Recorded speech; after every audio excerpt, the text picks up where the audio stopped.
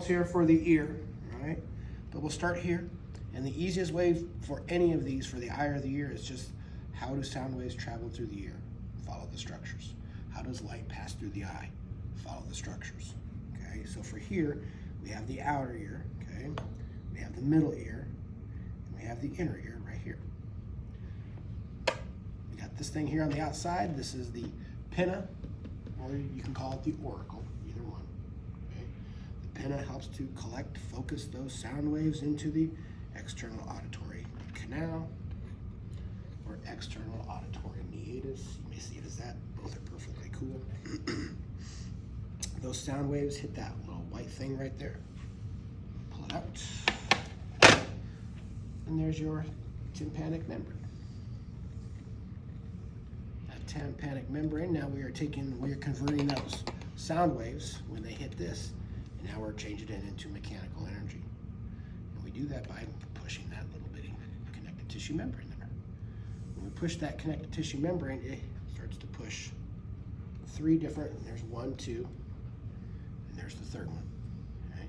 3 little auditory ossicles. I have the malleus, looks like a mallet.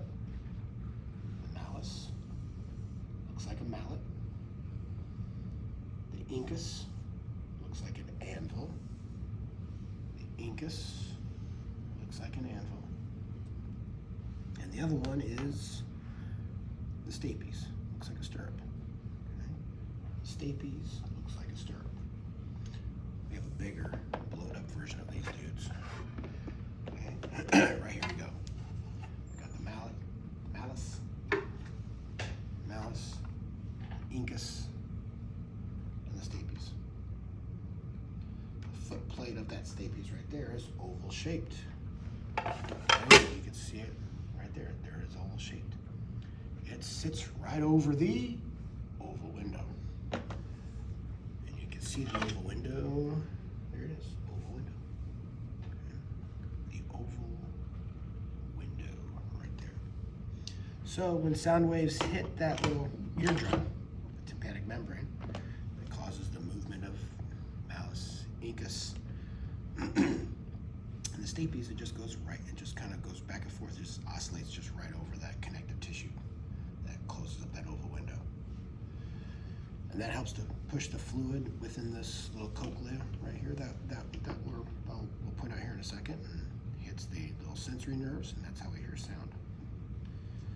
But if that's the oval window, how sound enters, we also have a round window right there. And one's oval and one's round. It's pretty easy to remember.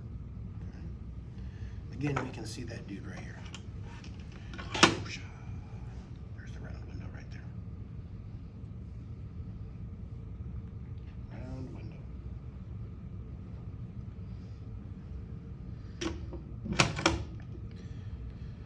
I guess I could show you here. I'll show you on the small model. We have the bigger one, obviously. Okay, but I have the cochlea right here, little snail part where sound is going to be detected. I have the semicircular canals, dynamic equilibrium, and then I have this thing in the middle. This thing in the middle is called the vestibule.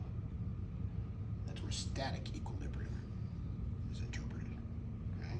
What's dynamic? Movement, motion in the 3 planes, X, Y, and Z.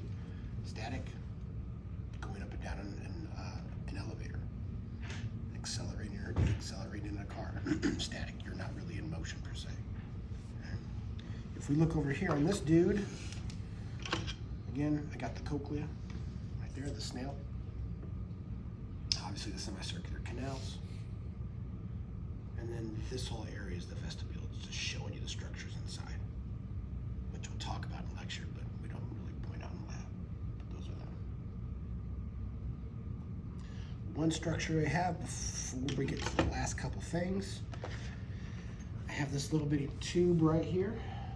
This is the auditory tube, or the eustachian tube, or the pharyngotympanic tube. All of them are get utilized. Okay?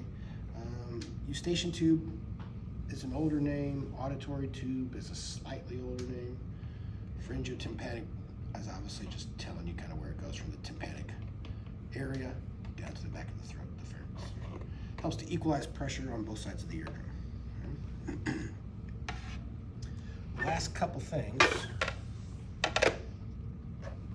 are right here. See it right there? Zoom in. I just want to be a button, make you zoom in. That is what this is, okay? So this area right here, okay?